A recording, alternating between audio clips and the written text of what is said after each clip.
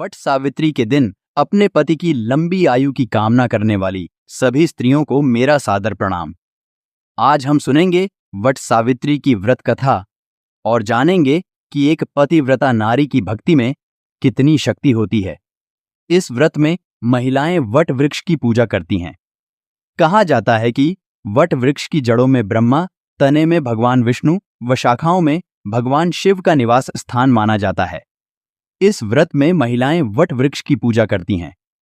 वट सावित्री व्रत कथा सुनने व वाचन करने से सौभाग्यवती महिलाओं की अखंड सौभाग्य की कामना पूरी होती है। आओ जानते हैं कि क्या है सावित्री और सत्यवान की कथा। प्राचीन काल में मद्र देश में एक बड़ा पराक्रमी सत्यवादी अश्वपति नामक राजा राज्य करता था। उसकी कोई संतान नहीं थी। उन्होंने संतान प्राप्ति के लिए पत्नी सहित यज्ञ का अनुष्ठान किया और मंत्रोच्चारण के साथ प्रतिदिन 1,00,000 आहुतियां दी। 18 वर्षों तक इसी प्रकार यज्ञ चलता रहा। तब ब्रह्मा जी की पत्नी सावित्री देवी ने प्रसन्न होकर राजा को वरदान दिया, हे राजन, तुम्हें मेरे ही अंश से तेजस्वी कन्या की प्राप्ति होगी।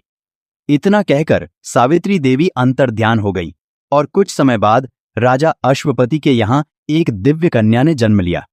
मां सावित्री देवी के वरदान से पैदा होने के कारण राजा ने अपनी पुत्री का नाम सावित्री रखा।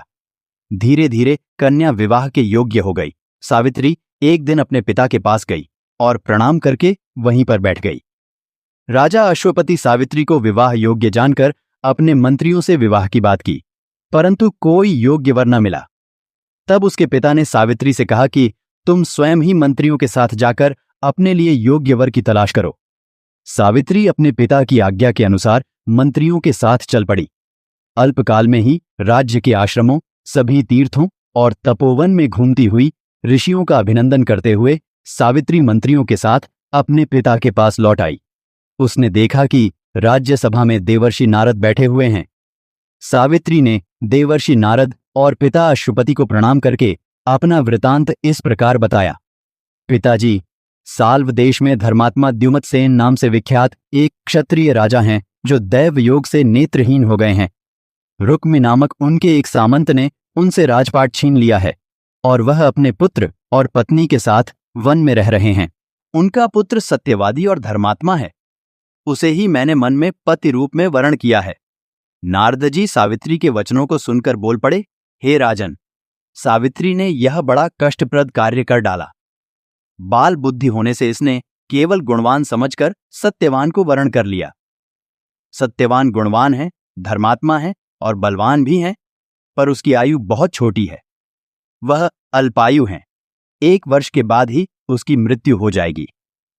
नारद जी ने सावित्री को चेतावनी देते हुए कहा कि पुत्री, तुमने जिस राजकुमार को अपने वर के रूप में चुना है वह अल्पायु है। तुम्हें किसी और से विवाह करना चाहिए। ऋषिराज नारद की बात सुनकर राजा अश्वपति अत्यंत चिंतित और दुखी हो गए।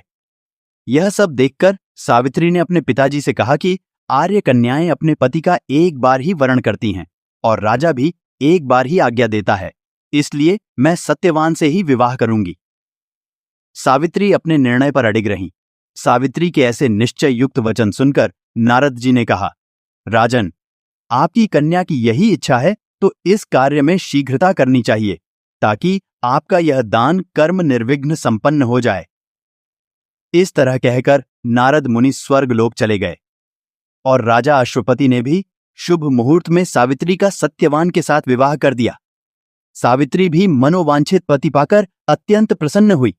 दोनों अपने आश्रम में सुखपूर्वक रहने लगे, परंतु नारद मुनि की वाणी सावित्री के मन में खटकती रही।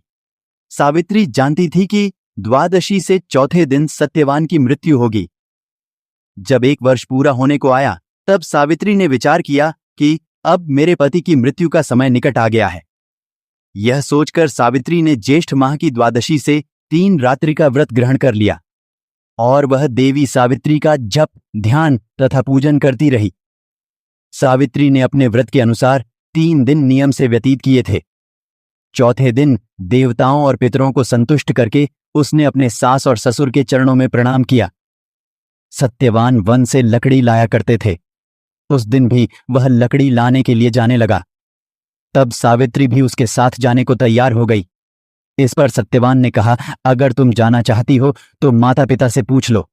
वह अपने ससुर से पूछने गई तो उन्होंने मना कर दिया, परंतु सावित्री के बार बार आग्रह करने पर उन्होंने जाने की आज्ञा दे दी। दोनों एक साथ वन को चले गए। सत्यवान ने पेड़ पर चढ़कर लकड़ियां काटनी शुरू कर दी। जैसे ही सत्यवान ने लकड़ियां काटकर बांध लीं, उसी समय उसका सर चकराने लगा। उसने सावित्री से कहा, मेरे सिर में बहुत दर्द है, इसलिए मैं थोड़ी देर विश्राम करना चाहता हूं। सावित्री समझ गई कि उसके पति के प्राण संकट में हैं और वह अपने पति के सिर को अपनी गोद में लेकर बैठ गई। यमराज वहां पर आ गए। सावित्री ने उन्हें देखकर प्रणाम किया और कहा कि प्रभु, आप देवता, गंधर्व आदि में से कौन है? मेरे पास क्यों आए हैं? सावित्री की बात सुनकर धर्मराज ने कहा, हे देवी, मैं सभी लोगों का नियमन करने वाला हूं। मेरा नाम यमराज है। तुम्हारे पति की आयु समाप्त हो गई है, परंतु तुम पतिव्रता हो, इसलिए मेरे दूत इसे लेना जा सके, इसलिए तुम्हारे पति के प्राण हरने मैं स्वयं यहां आया हूं। इतना कहकर यमराज ने सत्यवान के शरीर से अंगूठे के आकार के पुरुष को खींच लिया और उसे लेकर अपने लोक को चल पड़े। सावित्री भी उनके पीछे पीछे चलने लगी। बहुत दूर जाकर यमराज ने सावित्री से कहा कि हे पतिव्रता, अब तुम लौट जाओ। कोई भी जीव बिना आयु समाप्त हुए यम मार्ग से नहीं जा सकता।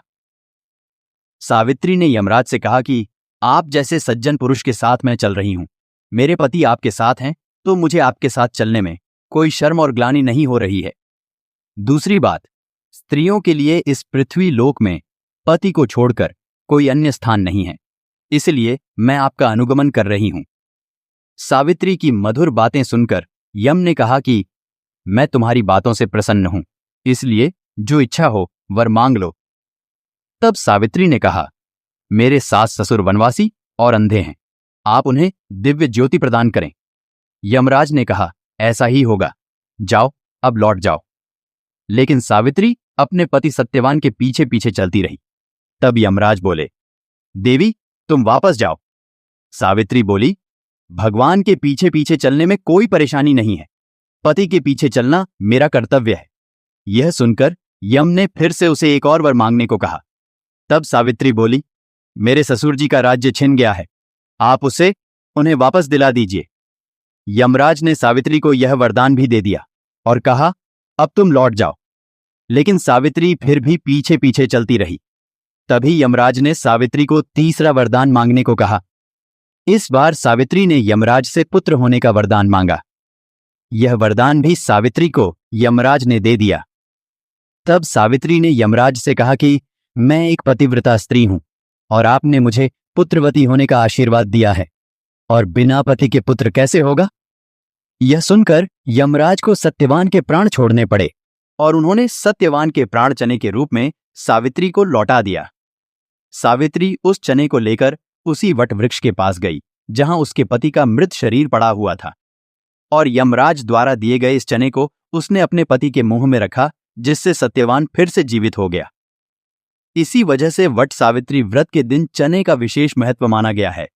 सत्यवान और सावित्री खुशी खुशी अपने राज्य की ओर चल पड़े।